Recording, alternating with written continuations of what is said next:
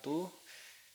Nama saya M. Firman Wahyudi, NIM saya 030404200055 dan di sini saya akan menjelaskan tentang tafsir. Nah, langsung saja ke pengertian tafsir. Nah, di sini tafsir secara etimologi mengikuti wazan ta'fil berasal dari kata fars yang berarti al-idah, al-asyar dan al-bayan atau penjelasan atau keterangan. Ia juga berarti al-ibanah atau menerangkan, al-kas atau menyingkap, dan ishar al-makna al-makul atau menampakkan makna yang rasional. Ada yang mengatakan bahwa tafsir berasal dari safru atau bisa dikatakan dengan menukar tempatnya sin dengan fa. Seperti kata orang Arab, asfara al-sub ida ada artinya apabila subuh itu telah bersinar. Ada pula yang mengatakan ia berasal dari kata tafsirah, yaitu nama dari alat yang digunakan oleh dokter untuk mengetahui keluhan pasien. Nah, definisi dari tafsir yang saya sebut tadi perlu digarisbawahi bahwa tafsir adalah upaya untuk menjelaskan tentang arti atau maksud dari firman-firman Allah Subhanahu wa taala sesuai dengan kemampuan manusia atau mufassir. Di sini yang kedua, macam-macam tafsir. Perkembangan tafsir Al-Quran sejak Nabi Muhammad SAW, para sahabat sampai dengan zaman kini dapat diklasifikasikan ke dalam dua kategori, metodologis atau manhaj dan karakteristik atau corak.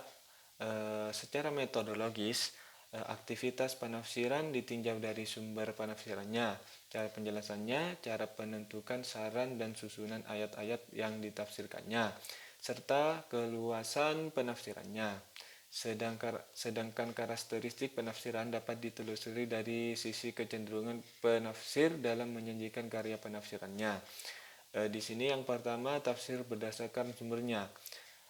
Tafsir berdasarkan sumbernya bila ditinjau dari sumber penafsirannya, maka ia terbagi menjadi tiga: tafsir bil madhur, tafsir bil rayu, tafsir bil iktirani. Dan yang kedua, tafsir berdasarkan cara penjelasannya. Dan yang ketiga, tafsir berdasarkan sarana dan tertib ayat. Yang keempat, berdasarkan cara penjelasannya. Dan yang terakhir, berdasarkan coraknya. Langsung saja ke kaidah-kaidah tafsir. Nah, di sini istilah kaidah-kaidah tafsir dalam bahasa Arab adalah qawaid al-tafsir, dan perkataan qawaid al-tafsir terdiri dari kata qawaid yang disandarkan pada kata al-tafsir.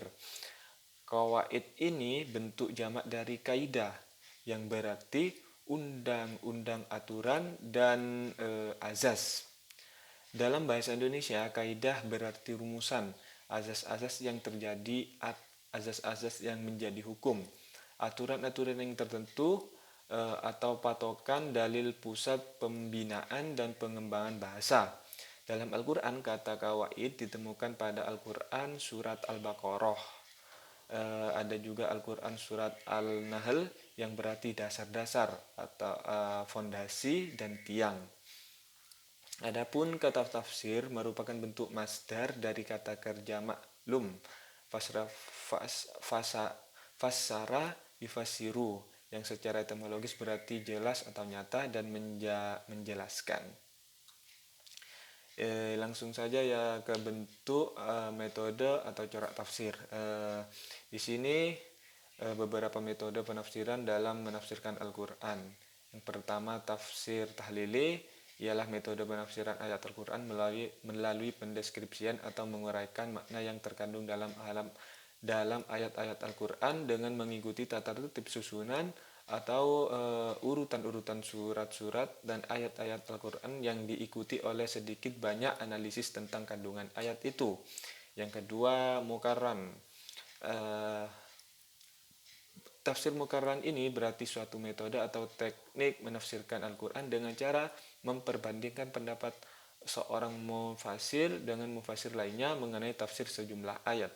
Yang ketiga ijmali.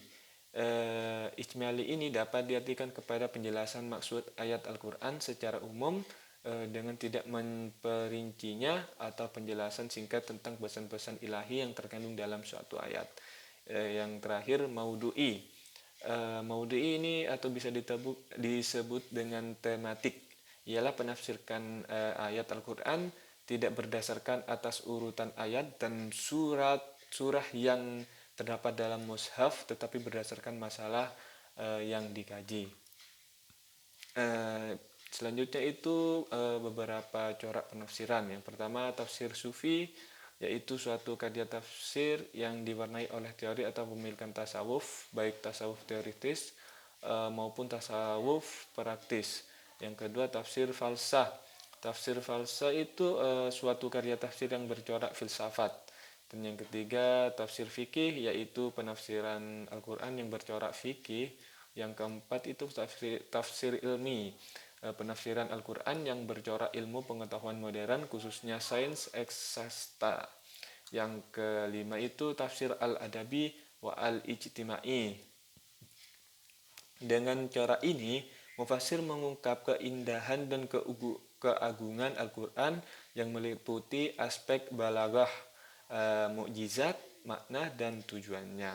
Yang keenam, tafsir tarbawi atau corak pendidikan. Tafsir tarbawi ini lebih berorientasi pada ayat-ayat tentang pendidikan, ayat-ayat tentang pendidikan. Tafsir ahlaki, corak akhlak. Tafsir ahlaki merupakan penafsiran yang lebih berorientasi pada ayat tentang akhlak dan penggunaan pendekatan ilmu akhlak. Yang terakhir, tafsir i'tikadi atau corak teologis. Tafsir teologis ini merupakan salah satu bentuk penafsiran Al-Quran yang tidak banyak ditulis oleh simpatisan kelompok teologis tertentu, tetapi lebih jauh ia merupakan tafsir yang dimanfaatkan untuk membela sudut pandang sebuah aliran teologis. Langsung saja ke fungsi tujuan keutamaan tafsir.